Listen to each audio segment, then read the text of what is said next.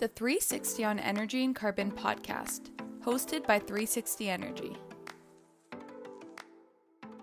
Welcome back, Dave and John. Good day, Lysandra and John. How's everyone today? Yeah, good, thank you. Yes. Good. So we have a very important topic today, COP26. When I was doing some research, I saw a YouTube comment saying, "It's amazing how quickly the world has moved on already. It's barely been a week since it was over and most of the world are not talking about it." So that's why we're here today, to remind everybody of the results of COP26. So John, can you get us started with what is COP26? Sure, yeah. It's got a bit of history to it. Basically, the COP for a start, and it's going to be one of these things like PIN, where people forget PIN is personal identification number. COP, it's the conference of the parties, and these are the parties to the UN, basically are called on climate change. And just for a bit of sort of background on that, the first COP meeting was in 1995, and it took place in Berlin. And out of it came the Berlin Mandate, which is something I don't remember, and I'm not really sure what that did. I think the next stage that in these kind of conferences that was interesting was, in fact, COP3, and that was in 1997, and that's when the Kyoto Protocol was agreed. And we happily talk about the greenhouse gases that are in the Kyoto Agreement. And just for sort of background, the Kyoto Protocol set a baseline to measure carbon dioxide against, or emissions against, of 1990. We then moved on to COP21, which was in 2015, and that was where the Paris Agreement came out, and that was to achieve no more than 1.5 degrees Celsius of warming by 2030. And to spice it up, we've got about 100 months left to achieve that. So that's really good stuff. I didn't realize what the COP stood for, but John, why the number sequencing? Like why 1, 3? Like how did that? Who came up with that random number? There's been one every time, and it's just I should have said this is so simple. COP26 is the 26th meeting. Okay, fair enough. Yeah, fair enough. Got it. Okay. So on that, we've all looked and probably seen masses of comments come out about it, but I decided to do just a little bit of research, and I don't know whether people will find it amusing, horrifying, or whatever, but I thought I'd just run through a few things about this meeting. It was in Glasgow, despite our Prime Minister, the UK Prime Minister, sometime afterwards mentioning it was in Edinburgh, even though he was there, but that's a problem that we've got here that we won't go into. It was a 13-day conference. Now, I don't know how many conferences you've been to. I've never been to a 13-day conference. I think 3 or 4 is the longest I've been to. There are 197 countries or parties that are there.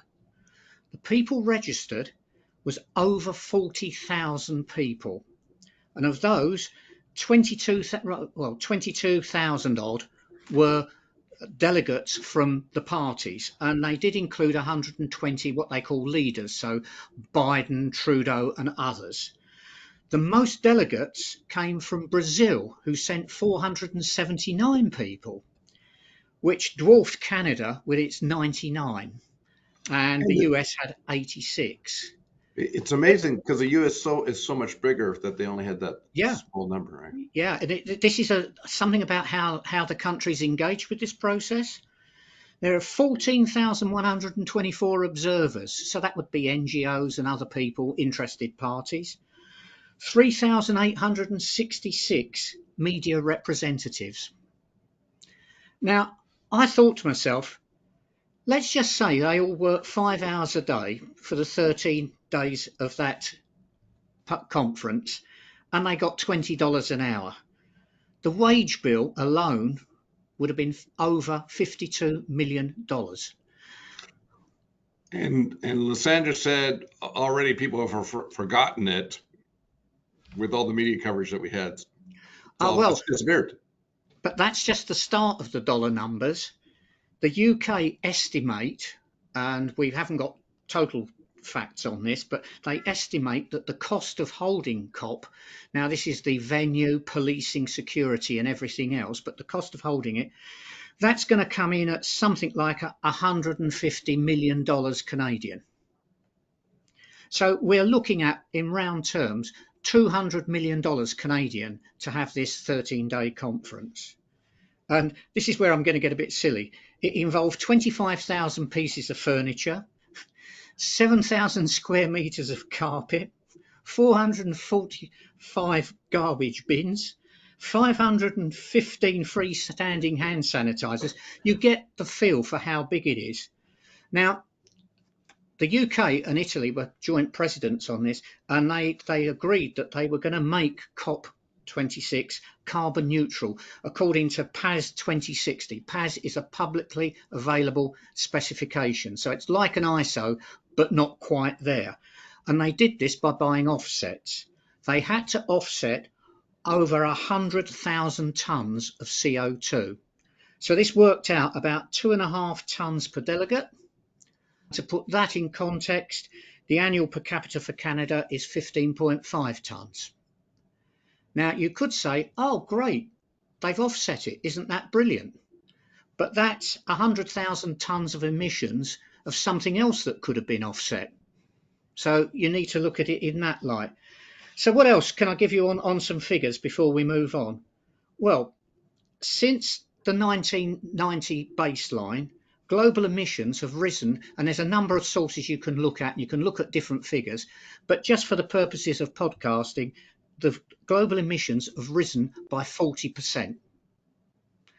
And if we look at what some of the observers have said about COP26, they reckon the gap between where we are today and where we need to be by 1.5, this COP closed that, if everything's done that said it's going to be done, closed it by only 25%. So there you go. That's without talking about the outcomes, but that's just the sort of the mechanics and some numbers around it.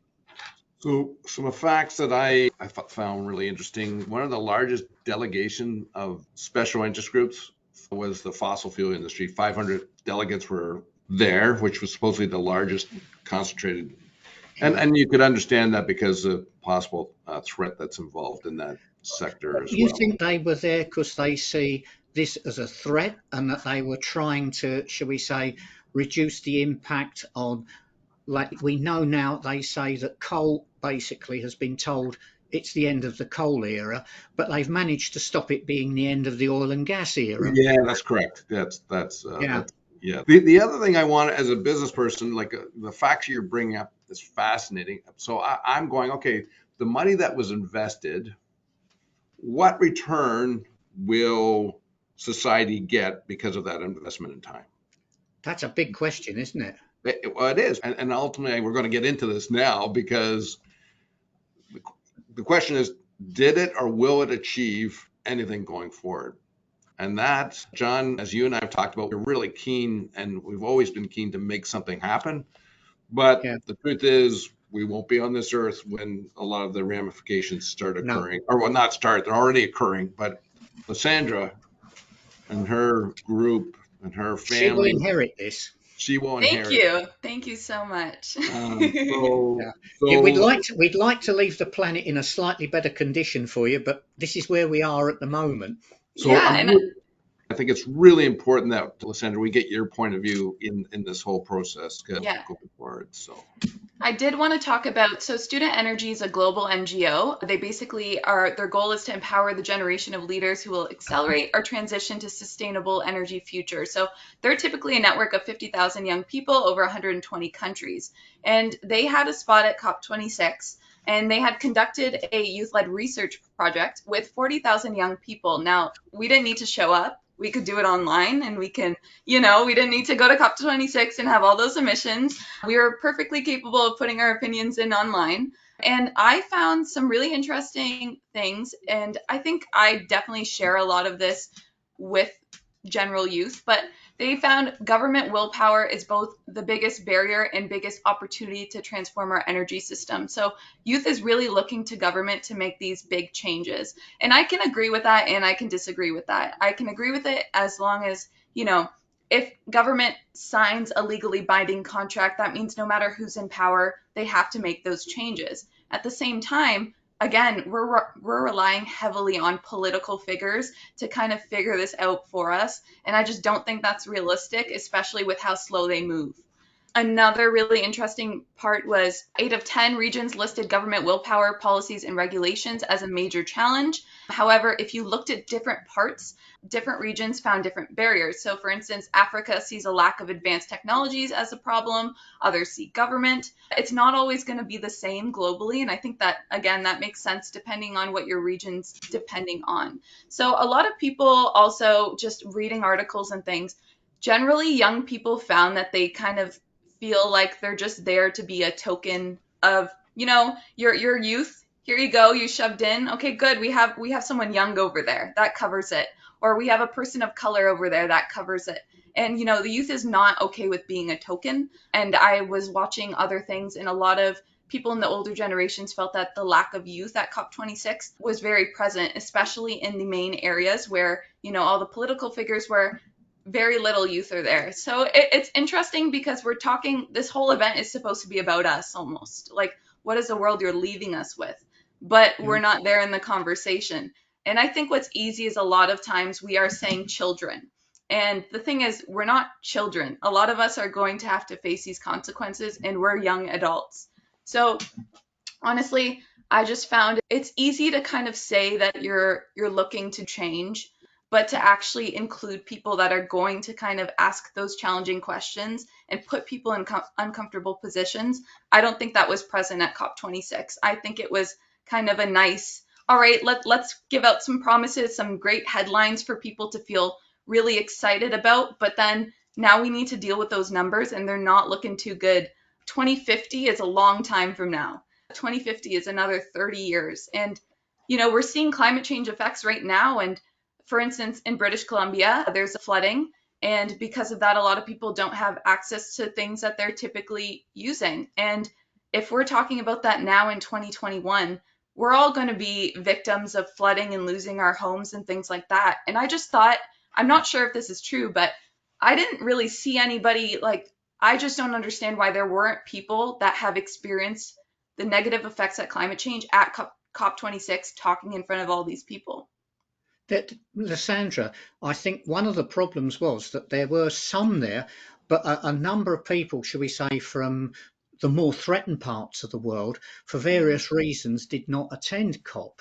I think one of the arguments is there was concern over COVID, which kept some people away. Yeah. But I think, just to lighten the mood slightly on this, because we should never have had massive expectations of COP26 when we went into it. And the simple argument I use is, imagine that you've got, what was we saying? Let's say 190 leaders, and you want to take the coffee order.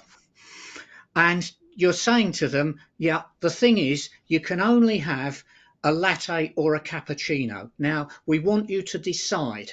Just imagine the difficulty you would have in getting an agreement like that, of them all to drink the same, or maybe just 2 or 3 different coffees and agreeing on it.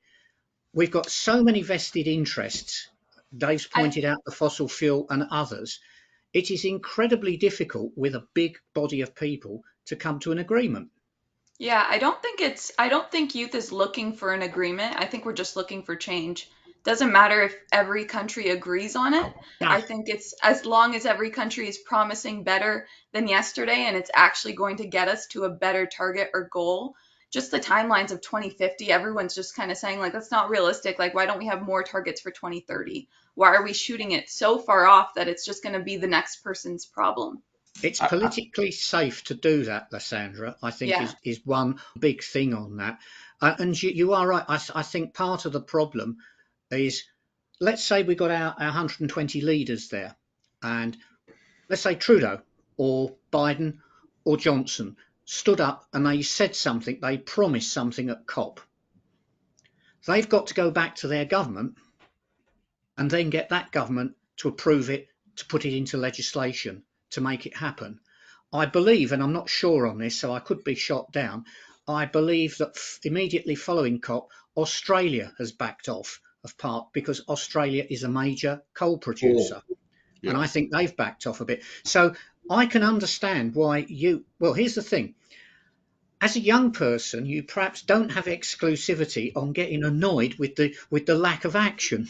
Because there's some of us older fellas who've been around for a long time, been telling people they need to do something, and we've had a long period of time not seeing it happen as well. And I think we actually need some kind of platform where we can all come together, regardless of age or where we are, to agree we want change John, I read a and comment drive that, it. sorry. Yeah, Sorry. John, it's okay, my bad, but I read a comment and it says exactly what you said. So all of us, the younger generation, we can be passionate right now because we Yeah. haven't been torn down as much as you and Dave have trying to Do you make know, that's change. so true. Yeah, So true. so there are still passionate individuals in the older generation. It's just some of them have just lost the case, you know? They no longer have that passion. That's just it. And I think that's okay, but I think I'm so happy to sit here with you two today because I know you share the same opinions as I do on the fact that we're not doing enough, quite No. frankly. No. So I want to come back at the end because we're going to talk about 27 and 28. And Lysandra, I'd like to get your take on what I'm in agreement with you for the youth to be more, younger people to be more involved. I think and the people that are in developing countries that aren't being heard. So I think that's really important. One thing I read is that it was agreed, and I don't know if when they say it's agreed, it actually happens, but they're going to give $40 billion. The developed countries are going to provide $40 billion to the developing countries. And they're going to give it to them now. But in actual fact, the developing countries need $70 billion right to move. And by 2030, the developing countries need $140 billion. So I'm thinking the massive amount of investment that needs to be done around the world. And then, as you said, we just look in our country, which I think we're very lucky, we're very fortunate. We have all these resources and stuff. But you look at BC, where the amount of money that they're going to have to spend just because of what's happened in BC, the adopting to this whole thing, is the amount of money that's going to have to be spent will be huge. So I worry that the appetite, they say things, but then the reality is, okay, where's that money going to come from? Dave, this is where I ask, why can't we just print money? I'm kidding. Well, by the way, we are, so just so you know, but anyhow. Yeah, let's go for it because we're talking about this. But this is where then the whole aspect of climate justice comes in. And one view and one take on this, and I say this speaking from the UK, which was arguably the cradle of the Industrial Revolution. We started using fossil fuels to power things, to make iron and steel and everything else. And all the carbon dioxide that we've got in the atmosphere, most of that has come from us, the developed nations. Yes. The developing world is only just coming along to the game, and they're going, hold on a minute. So you guys have filled up the garbage bin, and then you're telling us we've got to cut back, and we haven't even started. And you can see where there's a real sort of passionate argument about climate justice. Yes. And I think this is going to be a problem for our jurisdictions because I don't know the situation in Canada. You two can put me right on this, but we've had a bit of an embarrassment, for me, an embarrassment in that we have reduced our foreign aid budget in this country, various political reasons. But us wealthy countries, if we're going to do something about this imbalance, we've got to put more money into foreign aid. Where does foreign aid money come from? Taxation within the country. Do voters like to be taxed? No. Are they keen on being taxed to give money to some other country? Even less. So it's a complicated situation when you look at it at a global and governmental level. It is huge. Should we talk about, I think the tone has that it wasn't the best conference, but is there let's talk about some things that actually was addressed. Yeah, there are some outcomes. Yes. I think there is. So can we touch upon some of those? Okay. Who wants- Go I ahead, know John. of 4 outcomes. To make the thing balanced, what I'm going to do, I'll just tell you what I think the 4 outcomes are, and then perhaps we can kick that tin can around. Yep, that'd be great. So one of them is that most of the world is now covered by net zero commitments. That's one of the things that came out. The language is the whole thing here. A signal has been sent that the era of coal is ending. Powerful commitments were made to redirect finance, and I personally, said I wasn't going to comment. I think this is probably one of the most powerful things that's come out of it. Crucial steps were taken to drive down emissions beyond the energy sector and carbon. This is the deforestation agreement that kicked the thing up, that was the showcase thing at the front. Oh, aren't we good? We're going to do something about the forests. And one of the observers I was looking at actually made the comment as well. Overall, for COP26, 1.5 degrees Celsius is alive, but not thriving. Yeah, I was reading that actually it's probably going to be 2.4 or 2.7 based on Yes. what they've said so far. Yeah. So what do we think on that? I mean, I'll come back there. So most of the world is now covered by net zero commitments. What do we think of that? Lysandra, what are your thoughts? Oh, it's so hard to be nice at this one, but isn't No, that let kind of her rip. common sense? No, just let it rip. Let it rip. Yeah, I just think that's common sense. Like, it's great that we all publicly said it, but to me, it's like, okay, shouldn't we have agreed on that quite some time ago? I think that part is great. It's great that we've all acknowledged that. But again, I just wanted to talk about, we said the temperature. So current policy's temperature, if it stays how it is, it's 2.7. If every contribution determined for 2030 actually happens, it's 2.4. And then if all long-term targets are fulfilled, it's still 2.1. So again, we're a long way from 1.5 with what's already been said in public. I also want to add that I think there was quite an emphasis on electric vehicles as well. My problem with that is, again, in Ontario, we're blessed with a clean grid. However, that's not true all across. And of course, some countries aren't even at regular cars for them to even go to electric vehicles, right? So we can't even talk about that. Like, that's a whole different ballgame. But just talking about, the electric vehicles and the push for electric vehicles, are they taking into account what type of grid they're pushing these electric vehicles on? My take is probably not, because from our experience, most people don't even know the cleanness of the grid, right? They just assume electricity is clean. They don't really know.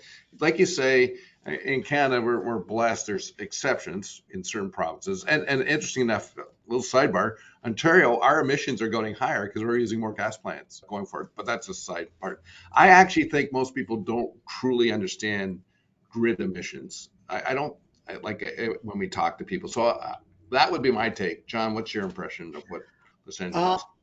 I completely agree with you, because people go, oh, I'm driving a zero emissions car, and where are you charging it? But from my work, one of the things that's come up big time is the problem of actually providing the charging capacity. And I know Lysandra's done quite a lot of work on infrastructure. But if you take it, I as an example, a company I know, they are in biosciences. Let's just put it that way. And they're very forward thinking. They don't have company cars or anything like that. But they decided, they know that they're in Cambridge. And Cambridge is a city of cyclists, and they want people to cycle to work and all that, but they realise people drive. So they have put in 4 electric charging points. They have 375 employees, and you're only going to get 4 charging points. And I think the capacity that's required, if we all suddenly go from internal combustion engine to electric, I think the grid is going to fall over in all sorts of places. I think we're going to find shopping malls and other places suddenly realise they have not got the capacity. So that has to be addressed as part of it's not just getting people to buy an electric vehicle. Oh, well, you are so right. I think most people don't recognize the infrastructure and the capacity that's required to do so. Like if I just I'm being really into detail in the weeds here, but if you think of a home, of how it's set up and how the distribution was set up, when you're adding a battery or a charging capacity, that typically that wasn't set up in the infrastructure when they designed these residential facilities. Yeah. So most people don't recognize that you have to revamp things, or you have to think differently, where you have to encourage renewable on solar, like solar roofs and batteries and stuff. We have to change how we do things now. So There is an upside to this, though, that maybe, and I'm desperately looking for an upside. Maybe the pressure for electric vehicles will accelerate the changes to the grid, which will be far better for distributed generation and other things that we need to have. Because what we've got to touch on as well with all of this is that the traditional model is a large single power station with radial supplies going out to serve the community it's in. What we're talking about now, I mean, we've got Bill Gates talking about mini nuclears, but we're talking about distributed generation. Funnily enough, how electricity was before we had a grid. it's Almost interesting. We do the full circle. We did 360 on this one. well, we would do 360, wouldn't we? But I think we're going to talk about this later. But I think what you're saying is it's going to be the consumer, the end user, that's going to drive change. If we're going to rely on utilities or government, it maybe just, in my opinion, they'll be too slow to react and respond. But I know we're going to talk about this later as well. Yeah, and again, we've talked about this on previous podcasts, right? A lot of people in society are not educated about what they're actually using and the carbon emissions with it. So Yeah. I think that really I didn't see anything being touched on education really. And I think again, if we're relying on government, it's going to take a long time. So we have to rely on communities. But how will communities even know what they're using and what their carbon footprint is, and what does their daily drive to work instead of public transit do, and that type of thing. So I think that's really important as well. But I did want to talk about, and this is kind of some of the things John just mentioned, but the Glasgow Climate Pact. So that was agreed on by 197 members. It's the first ever climate deal to explicitly say to reduce coal efforts to limit the temperature increase to 1.5 Celsius. And the thing that bugs me with this, and I was kind of hoping to get both of your opinions on, is that's not legally binding. Correct. And also the other thing is the subtlety of language. And I say this as somebody who's sat on ISO standards committees trying to negotiate language. So I have a feel for this. But I was looking that what we're for a start, the end of the coal era. I think as far as the UK, Canada, Germany, and a number of other countries are concerned, this is old news. We've actually ended the coal era. It's more places, Vietnam, Poland, South Korea, that part of the world. It's China. interesting that the language has been changed, or has changed from phasing out coal to phasing down. Ah, okay. I didn't recognize that. Yeah, because they've had to, everyone sits around the table and they go, what's the worst fossil fuel we've got for emissions? Coal. Right. Cool. Okay. Yep. Let's get rid of coal. And then you get India, Australia, and a few others going, hold on a minute. I'm not quite Yes. sure we want to rush into this. So So this comes back though to what Lysandra was saying earlier, is that you can say you want to, but you have to have a solution to take that away. yeah, Like, what is your option to get rid of coal, right? And I don't know, was that addressed on what solutions need to be in place to make if it was, it's so far below the horizon of what we see, because yeah. you've got to hope with 40,000, well, 20, 30,000 people talking and having sessions, that there's an awful lot that's taken place in sessions that hasn't even hit the media. Mm. But going back to Lysandra's point, and it goes back to a point I made earlier, it's great having the Glasgow Climate Pact. But all we've done at the moment, it's a bit like us to say we're going to have a pact that we won't drink any alcohol over Christmas. We sit here and say that. Oh, I tell you what, we'll make it even better. None of our families will drink alcohol over Christmas. That's the pact.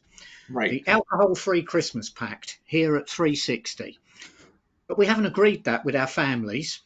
We haven't agreed it with ourselves, actually. Actually, I think I'd have a problem with that one myself, John. But that's Yeah, a different but story. you know where I'm going. Yeah. You go back from this meeting. You go, do you know what? I was in this fantastic meeting, and we decided, wouldn't it be good if we drink alcohol over Christmas? And your family look. I mean, for some families, it's not a problem because they don't. But for some families, they'd be looking at you and going, what? How can we have Christmas without alcohol? Right. Yeah. And I think Lysandra's so right. I mean, being serious again, I would be much happier with the cops if we had a track record of seeing something come forward and then immediately being agreed. I think, and I would stand to be corrected, I think it took 6 years to ratify the Paris Agreement. 6 Uh, years.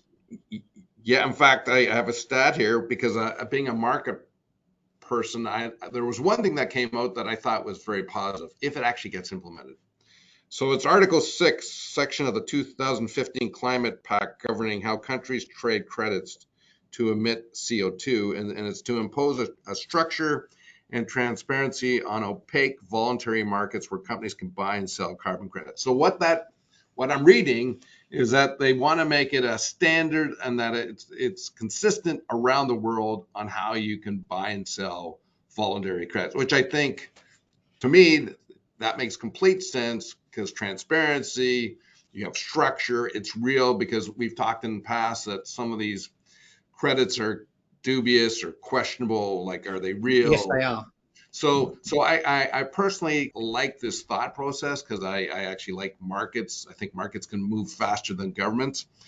The question, I don't know how real this is, and I don't know how quick it's going to be to implement. I like the thought concept, but I don't know what that means and how quick it can be implemented. And why it's important is you need to have this market infrastructure to ensure that deforestation remains or it continues, because otherwise people start taking down forests because they find other options. So we need to have credits or encouragement markets to ensure that they stay in place. And so anyhow, I thought of all the things that, and we've talked about a lot, for me, this looked like one of the most important things that could be done. But I'm interested in what you guys think. I want to What? just add for listeners that the Paris Agreement was legally binding. So a lot of the other things that we've been talking about this episode are like nationally determined contributions, also known Yeah. as NDCs. Those are not legally binding, and they basically just embody the country's efforts to reduce emissions, but it doesn't actually mean that they have to do that. So I just want to say that before John goes in with his point. That's a Yeah. really good point. I was going to come back to the point that you were talking, and it's also what we've all been kicking around, this agreement thing. And I was just thinking, just look at Canada and the federal carbon tax. You then get the problem that the provinces don't, not all the provinces want it. It's a similar problem that we experienced when we were in the EU. You've got to get the head structure can say, yes, we want to do that, but then the individual jurisdictions have to do it. And I think this may touch on something that we were talking about before we started recording, which is maybe the way forward is at a much more local level of doing things where decisions can be made far quicker and implemented far quicker. Agree. Is there anything else that we want to discuss that we thought was helpful or positive? There's Carney and Kerry working together on this, the Glasgow Financial Alliance, which sounds incredible. And I mean, they say it represents 40% of the world's financial assets have all agreed to come into this alliance.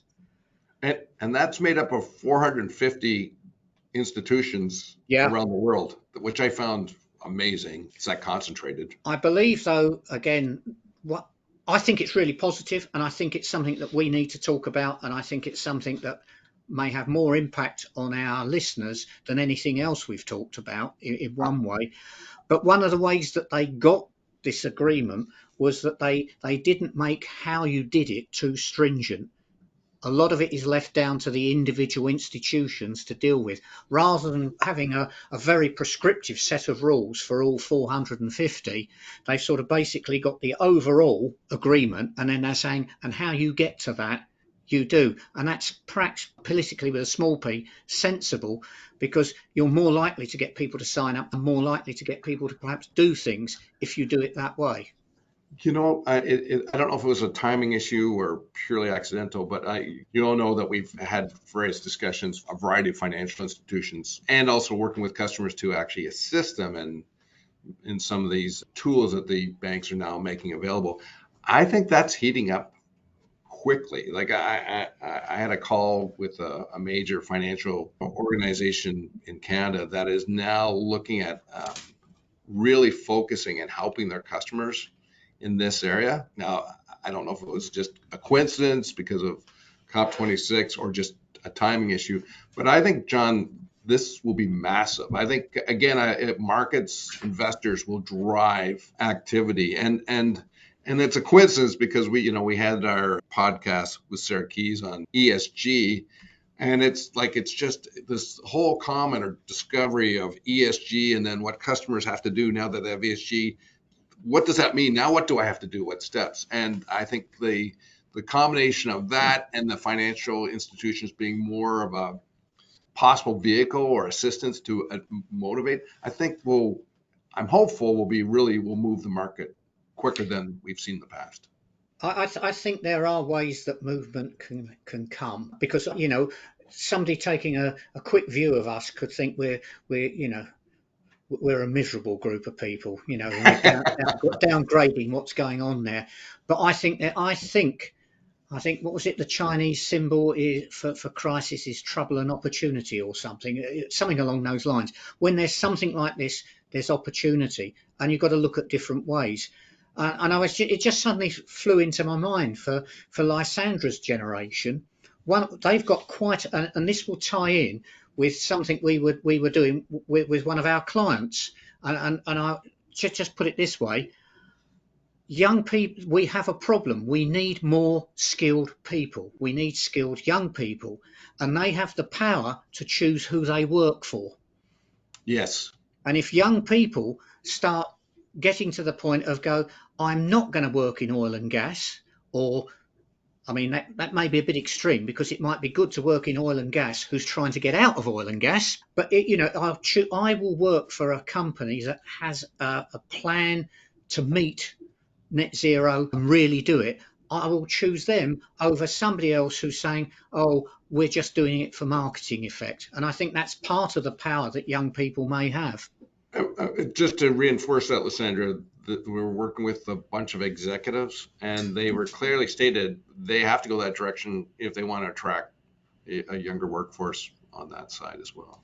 Yeah, and from the student energy study that I mentioned previously, that was one of the things that was universally found. So universal access to clean energy, more clean jobs, and leaving no one behind. So bold actions to phase out carbon, using technologies, and decarbonizing faster is what generally the national youth were advocating for. We also haven't talked about the methane promise, so the cut global methane emissions from 30% by 2030. So for our listeners, methane is emitted from landfills, oil and natural gas systems, agricultural activities, coal mining, stationary and mobile combustion, wastewater treatment, and certain industrial processes. So things that we all contribute to, by the way. Yeah, and it's an interesting gas, methane, because it's 25 times more powerful than CO2, but an upside, it doesn't last in the atmosphere quite as long. I'm wondering whether methane's always been part of the bundle. It's always been one of the gases. And I'm almost wondering whether the interest in it, because it's one where they can see a number of ways of actually dealing with it. John, you mentioned a good point that I didn't know. So you said methane lasts for a shorter time than CO2. So if it lasts for a shorter time and we have a quicker target for it, You know what I mean? Like, why is something that is less in the scale of bad things, less bad than CO2, why do we have quicker targets for it? And that's because just because you mentioned because I it's think it's easier. achievable. Because I think Yeah. it's achievable. I mean, if you think about some of the things that you mentioned there, and we'll take one or two of them, landfill. Okay, there's an increased basis in many jurisdictions to reduce landfill, go zero landfill, part of the circular economy and everything else. So that will take care of that. If we eat more plant-based food, we have less cattle, and contrary to popular belief, it's the front end of the cow that's the methane Not the problem. back end. Although the back end does emit methane, the real high quantity comes from the front. And there are farmers and people looking at alternative diets and ways that they can go with that, but reducing less. If we stop using natural gas, because natural gas is effectively methane, if we stop using that in combustion processes, we don't get that. If you think about a furnace when it fires up, there is a short period where there is unburnt gas coming out, and then boom, it fires up. Well, if we're reducing that, we're reducing methane there. So I think it's almost one of those things where you can see a lot more doables. And I haven't thought about this in depth. I must admit, I'm flying, as we would say, by the seat of my pants on this. But I think that there could be a case of, oh, it's a bit like we were going to touch on it, the forestry thing. Oh, we can understand that and we can do something about it fairly quickly. Let's do it. Whereas getting ourselves off oil and gas is really big. You know, we are mainline addicted. Yes. Yeah, fair enough. Yeah, I just wanted to mention, so if we talk about the UN Sustainable Goal number 7, so that's ensuring access to affordable, reliable, sustainable, and modern energy for all. In your opinions, do you think COP26 has gotten us to a place where we're closer to that goal? No, No, I'm going to say a no. no. I was going to be positive and say yes. Oh, This okay. No. is a turn. Please bring it on. Bring it on, Lysandra. So I would Maybe. just I just want to say that I think media coverage was good. I think a lot of people, especially young people that aren't in the energy industry, maybe don't know a lot about this stuff. So Yeah. I think headlines does draw people's attention. So if COP26 didn't actually do anything at the actual event, what it did was it made people more aware. I have been so overwhelmed with the amount of COP26 content on every single platform. And I think that's a good thing and a bad thing. So it's a good thing Yeah. because why? I saw COP26 everywhere for a couple weeks, but now, where is it kind of? The bad thing is I think a lot of people won't know where to get started. And I really hope we kept this podcast to a level where people that are getting started can kind of take some outcomes from it, because we've all done our research for quite some time and trying to take out the highlights. But I do think communication and conversation is very important for change. And I do think COP26 did start that up. Okay, Yeah. so I'm changing my answer because what you stated, I totally agree.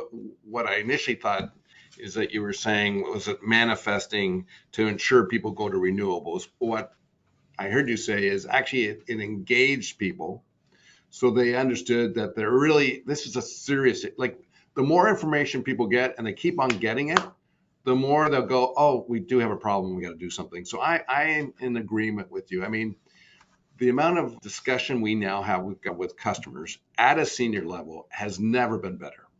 And it's because, I hate to say it, the tragedies that are going on like around the world and in BC, but there's also ongoing discussions of really what's going on and what needs to happen. So for that reason, I would agree with your point. I was taking it differently, and I apologize for that. Well, So, I will continue to disagree, okay. because I was taking the point of what have we done to provide clean, secure, affordable energy to everybody. And I still think that the developing world, there are some real issues with that. And I'm not sure that they were addressed.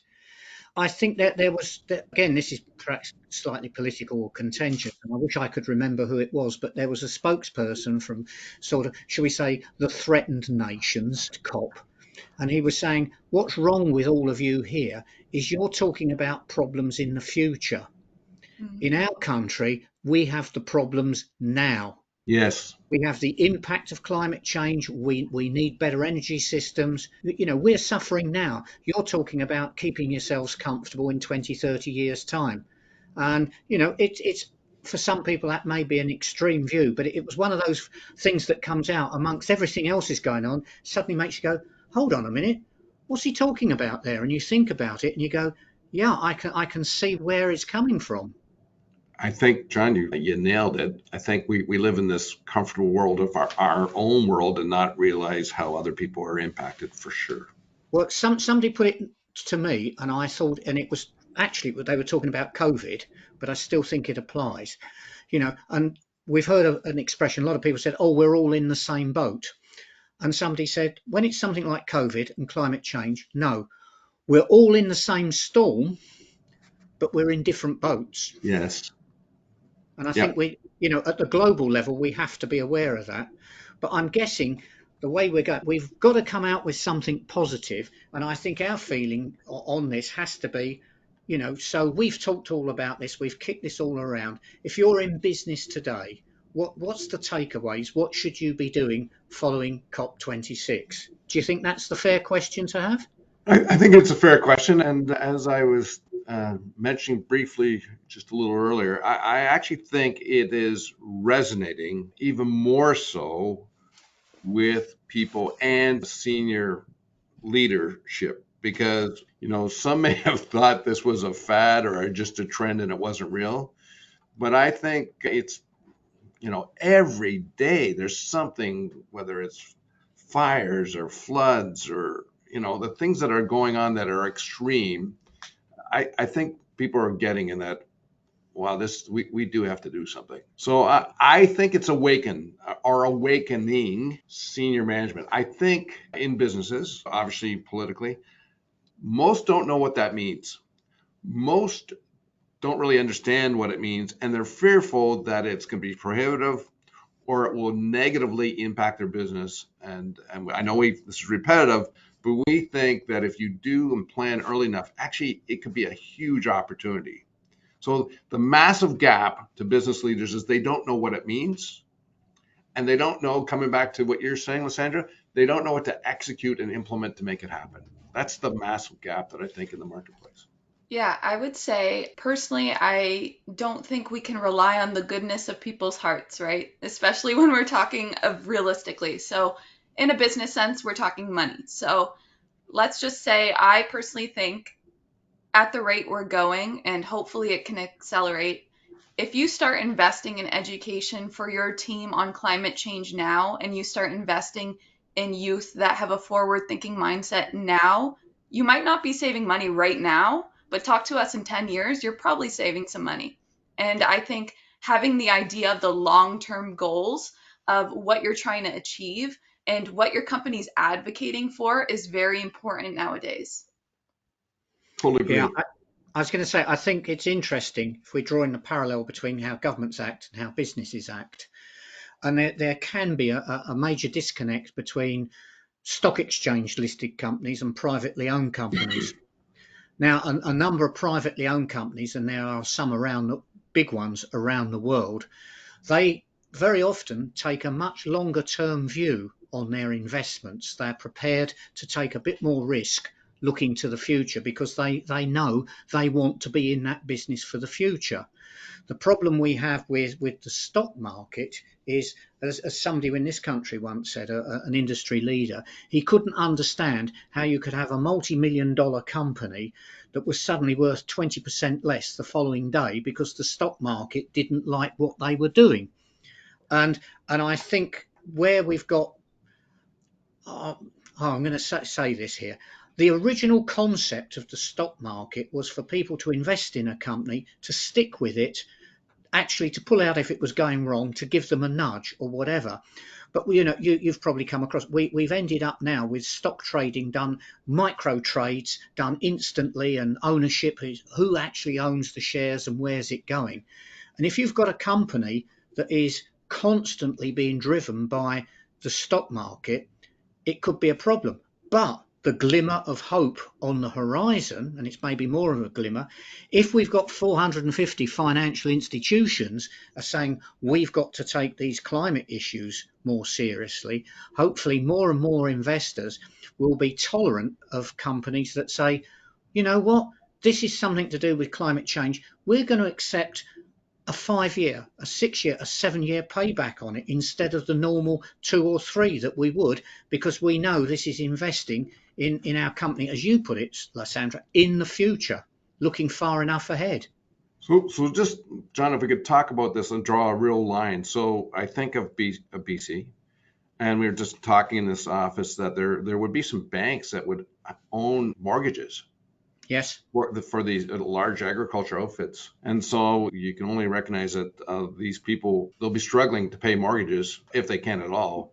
Yeah. So that's certainly going to impact banking institutions, but they're banking, because of that, going to have to start thinking, okay, if I'm going to do a mortgage with someone, what are the risks or return? I'm going to have to start looking at climate change. And then what do we need to do to help them with climate change, which comes back to the investment. So I do think this whole investment thing will drive, coming back to your point, Lysandra, money will drive what people need to do, I think, quicker than waiting for the government to come up with some suggestions. And I'm going to say, I think the biggest positive that I take away from COP26 was the fact that there was business there saying, we're going to have to do some of this. Right. And I think that, to me, having worked for many years in, sort of in the commercial business of carbon management and energy efficiency, to actually see businesses go, we won't wait for regulation, we won't wait for legislation, we won't wait for incentives to come from government. We can see a business case to do this, therefore we're going to do it. And they can and should be able to act much faster. And just think about it. There are global names that we know of. I mean, I don't know. I'm only going to mention them. There are others, but you get a company like Coca-Cola that's in God knows how many countries with plants and everything else. And the impact that they can have is really, really significant because they cross boundaries of countries. So, that's a positive. So I know we're running out of time, so I think we should wrap up. Well, we can do another hour on this, I'm sure. Honestly, we could go for hours for sure. I agree. Yeah, whether anybody would want to listen to it is another thing. So I think you're right. I think we perhaps need to come to some kind of conclusion. Yes. Yeah. So what do we hope for COP27, COP28? What do you think we can, from COP26, what can we move forward? What can we change? We need more. We need a younger group to be present with some knowledge behind them. We need diversity of people that, as John said, that was a really good point. People that are in trouble now need to be in front of people so they can tell their story as well. And there's urgency because I am concerned that the speed of execution is too slow. And I'm not sure if you can speed it up. So anyhow, that's kind of my thought process. John, I walked on you there. No, that's fine. That's fine because we're all enthusiastic here. We were talking about being passionate about the thing. I think we are. I'm intrigued by the fact that 27's in Egypt and 28 will be in the United Arab Emirates, right in the middle of big oil. So that is interesting in itself.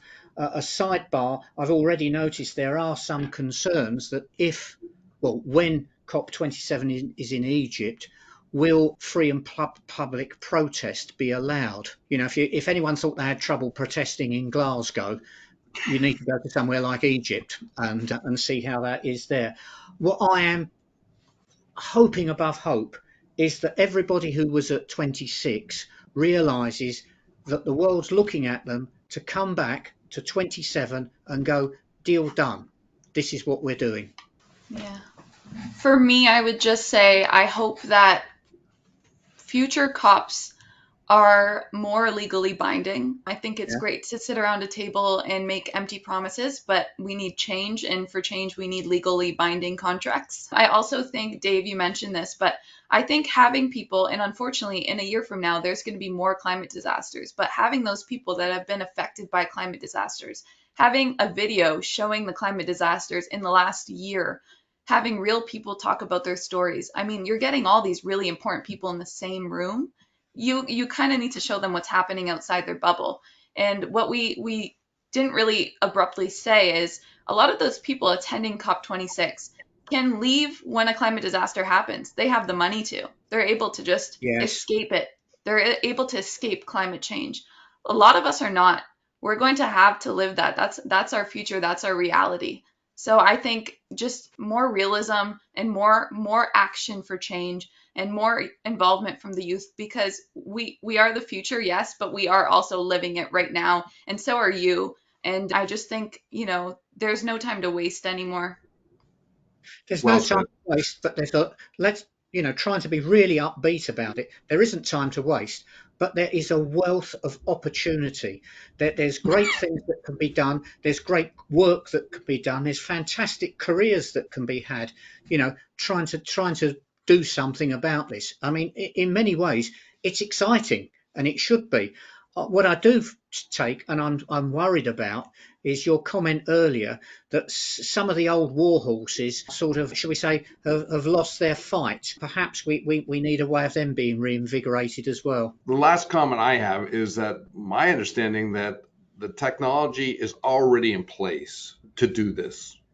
It's really coming back to the literacy, the motivation and the know-how with the people to actually execute it. And the money.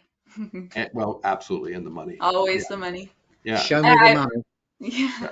I also want to say, I hope I wasn't too negative. I try to usually see the good, but this is honestly, after consuming so much COP26, I'm sure everyone can kind of understand why the younger generation is so mad. I think give us a week to cool down and we're ready for some real change.